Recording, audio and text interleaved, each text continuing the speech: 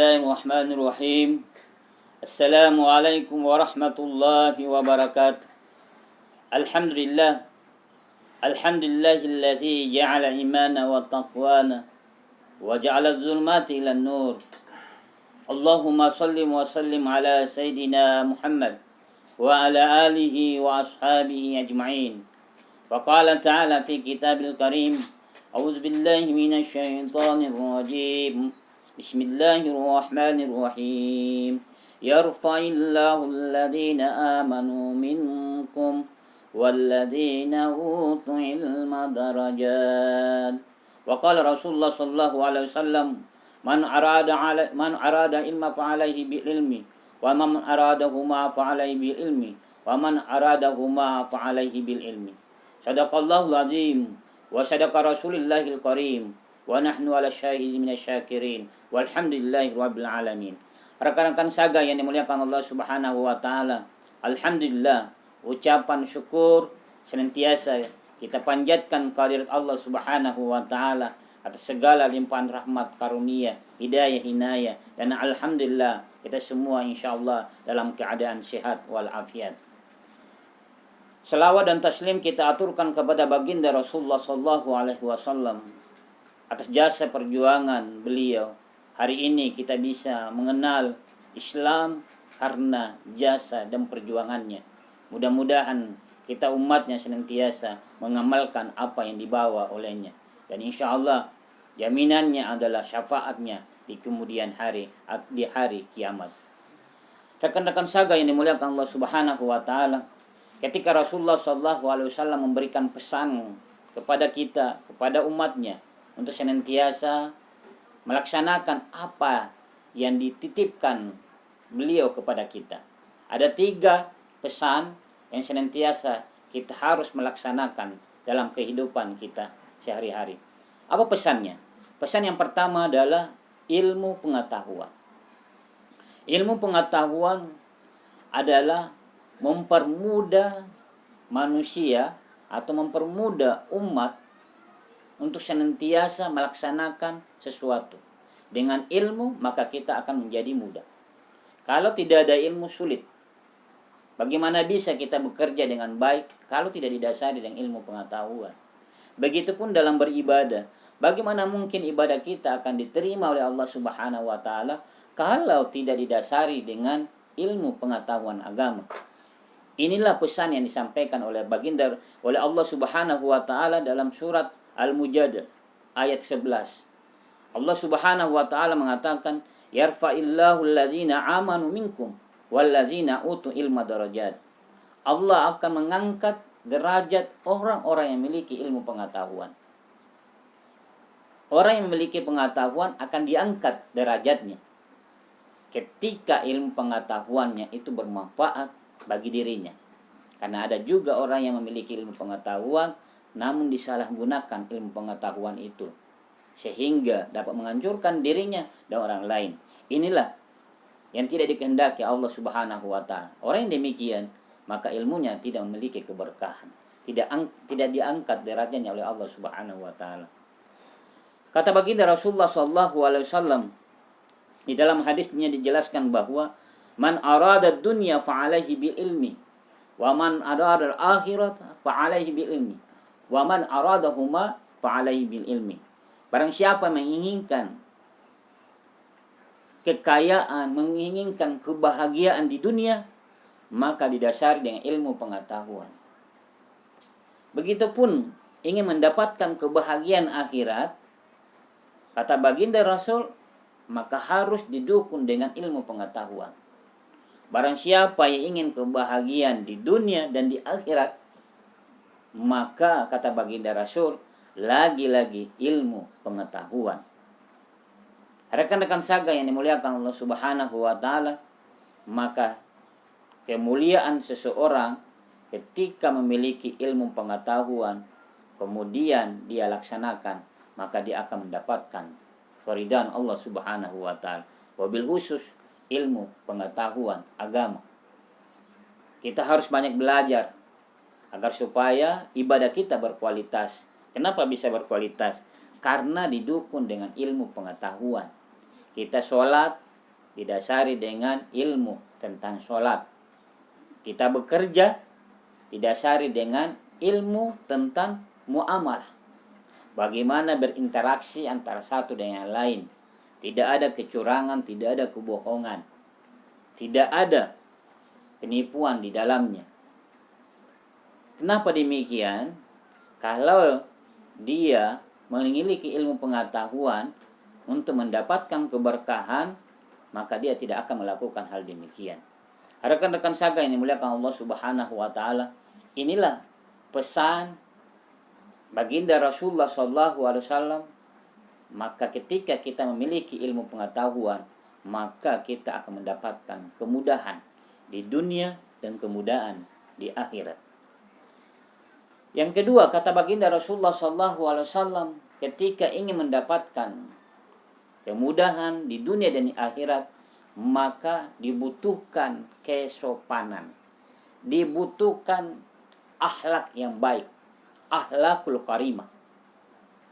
Rasulullah SAW diutus di muka bumi ini tidak ada lain, hanya memperbaiki akhlak. Bagaimana akhlak yang baik? Adalah akhlak sesuai dengan tuntunan Al-Quran dan hadis baginda Rasulullah SAW. Di luar itu pasti tidak baik. Bagaimana Al-Quran mengajarkan kita untuk senantiasa berakhlak, bersopan santun kepada orang tua, kepada atasan, kepada bawahan, anak kecil atau orang tua, murid, guru dan sebagainya, suami istri. Bagaimana santun, sopan. Ketika istri kita berbicara, maka suami mendengarkan dengan baik. Ketika suaminya berbicara, istrinya pun mendengarkan dengan baik. Jadi tidak boleh ada yang berbicara, yang satu berbicara, yang satu lagi berbicara. Terus yang mau mendengar siapa? Nah, inilah kata baginda Rasul, maka Rasul selalu menghindari perdebatan. Jadi kalau perdebatan, satu ngomong, satu ngomong. Nah, ini kurang bagus. Tapi yang satu ngomong, satu dengar. Nah, ini rekan-rekan saga yang dimuliakan Allah Subhanahu wa taala, dibutuhkan kesopanan. Sopan. Nah, ini banyak yang ditinggalkan oleh generasi milenial. Ketika ada orang tua duduk di sampingnya, dia tidak menyapanya. Kenapa tidak menyapanya? Karena dia lagi asik bermain gadget, asik dengan HP-nya, asik dengan bermain game, sehingga di sekelilingnya dia tidak perhatikan, dia abaikan. Bahkan dalam keluarga tidak saling tegur, tidak saling menyapa satu sama lain. Kenapa? Semua sibuk dengan gadgetnya masing-masing. Alat inilah sebagian orang mengatakan sebagai alat yang membawa bencana dalam keluarga.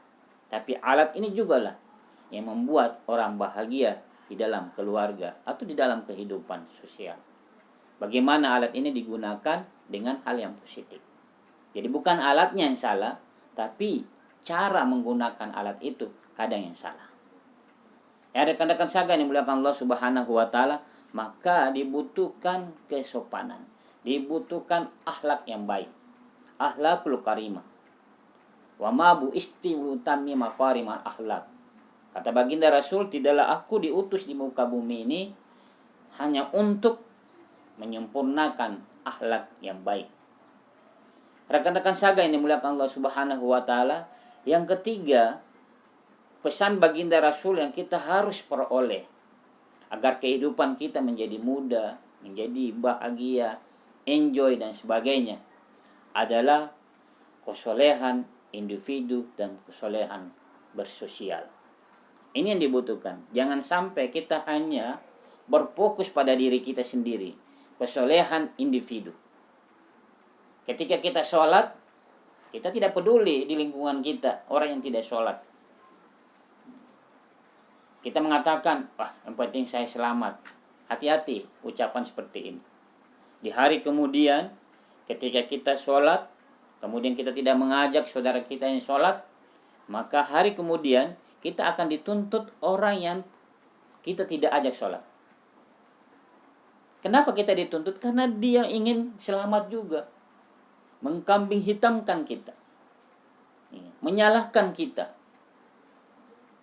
Walaupun dia harus mendorong dirinya untuk sholat, tapi bagaimana peran kita, kesolehan sosial kita mengajak.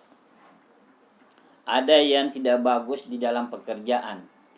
Teman-teman kita yang di Sagam mungkin lagi bekerja, mungkin butuh bantuan, butuh pengetahuan, maka kita senantiasa membantunya, memberikan arahan, memberikan nasihat, mengajak untuk beribadah, dan sebagainya, dan sebagainya. Jadi kesolehan individu tidak cukup, dibutuhkan kesolehan sosial. Kalau hanya kesolehan individu, itu amal kita sangat kurang. Kita sholat berapa sih? Kalau hitung-hitung pahala, berapa pahala yang kita peroleh? Puasa, sedekah, berapa yang kita peroleh? Tapi kalau kita mengajak orang dalam kebaikan, maka setiap detik kebaikan yang dilakukan, dia mendapatkan pahala, kita pun juga mendapatkan pahala. Jadi kesolehan sosial ini sangat penting. Jangan kita egois. Jangan kita egois untuk diri kita sendiri. Ketika di malam hari kita tahajud, bangunkan anak kita, bangunkan istri kita. Ketika kita di tempat kerja, di saga, ketika waktu sholat, kita ajak teman-teman kita sholat. Ketika ada teman kita yang berdekatan, yang berkomunikasi, yang bisa menimbulkan syahwat, yang pakaiannya tidak sesuai dengan syar'i, dengan Al-Quran dan hadis, kita menegurnya dengan baik. Kawan, ya pakaian kamu pakai sudah bagus, tapi alangkah bagusnya ketika pakaian itu sesuai dengan Allah dan Rasul. Ini kan menarik. Jadi jangan kita biarkan. Kalau kita membiarkan, kita pun terlibat dalam berdosa. Karena kita membiarkan. Maka tanggung jawab kita adalah menyampaikan. Kata baginda Rasul, balighu anni walau ayat. Sampaikanlah walaupun itu satu kata. Mungkin kita bilang, kawan jangan, jangan ambil barang itu bukan hak kamu. Memang pahit, mungkin dia tersinggung, mungkin dia marah, tapi dampaknya ketika dia akan merenung, waduh, ternyata betul kata teman saya, andaikan saya ikut nasihatnya, saya tidak mengambil barang itu, maka saya tidak dipenjara, saya tidak ditangkap. Ketika teman saya menyuruh pakai helm, kalau saya menuruti nasihatnya, saya akan selamat di jalan. Tapi apa boleh buat, ini sudah terjadi. Jadi rekan-rekan saga yang dimuliakan Allah Subhanahu wa taala, janganlah kita merasa pesimis. Ketika kita menyampaikan kebaikan, kemudian orang itu tidak respon. Bisa jadi responnya 1-2 hari. Atau 1 bulan, 2 bulan, 3 bulan. Tapi tugas kita adalah sudah menyampaikan. Yang penting tugas kita adalah menyampaikan. Karena kita semua adalah bagian risalah baginda Rasulullah SAW, yakni harus menyampaikan kebaikan-kebaikan, menyampaikan pengetahuan-pengetahuan agama. Jangan kita hanya soleh individu, tapi bagaimana kita terlibat langsung di tengah-tengah masyarakat. Kita terlibat langsung memberikan nasihat kepada saudara kita untuk senantiasa taat kepada Allah dan Rasul. Rekan-rekan saga yang dimuliakan Allah Subhanahu wa taala, inilah ketiga pesan yang kita harus peroleh dari baginda Rasul sehingga kita mampu mendapatkan ketenangan dalam kehidupan kita sehari. Yang pertama, miliki ilmu pengetahuan, lebih khusus lagi ilmu pengetahuan agama. Yang kedua, kita harus memiliki akhlakul karimah, memiliki sopan santun, memiliki adab. Jangan sampai adab kita tidak ada kepada orang. Karena orang diukur dari adab, dari akhlak, dari kesopanan. Ketika kita sopan, orang akan segan sama kita. Yang ketiga, kesolehan sosial, bukan hanya kesolehan individu. Karena kesolehan sosial akan berdampak luas dan kita akan mendapatkan pahala yang mengalir ketika kita akan meninggalkan dunia yang fana ini, menjadi amal-amal jariah. Mudah-mudahan rekan-rekan saga yang dimuliakan Allah Subhanahu wa taala, kita senantiasa berdoa kepadanya. Kita mampu melaksanakan apa yang diperintahkan dan kita juga berusaha keras kita tinggalkan apa yang dilarangnya. Mudah-mudahan kita semua dalam lindungan Allah, kita mendapatkan kesehatan, jauh dari COVID-19. Kita senantiasa taat pada pemerintah dan ulama untuk senantiasa mendapatkan ketenangan dalam hidup kita. Bismillahirrahmanirrahim. Alhamdulillahirabbil alamin. Allahumma shalli wa sallim ala sayyidina Muhammadin wa ala alihi wa ashabihi ajmain. Allahumma ighfir lana wa liwalidayna warhamhuma kama rabbayana shighara. Rabbana taqabbal du'ana innaka antas samiul alim wa tub alaina innaka antat tawwabur rahim. Rabbana atina min ladunka rahmah wa hayyi lana min amrina rasyada. Rabbana atina fid dunya hasanah wa fil akhirati hasanatan wa qina adzabannar. Wa sallallahu ala nabiyyina Muhammadin wa ala alihi wa ashabihi ajmain. Walhamdulillahi rabbil alamin. Kurang lebih mohon dimaafkan. Akhir kalam. Assalamualaikum warahmatullahi wabarakatuh.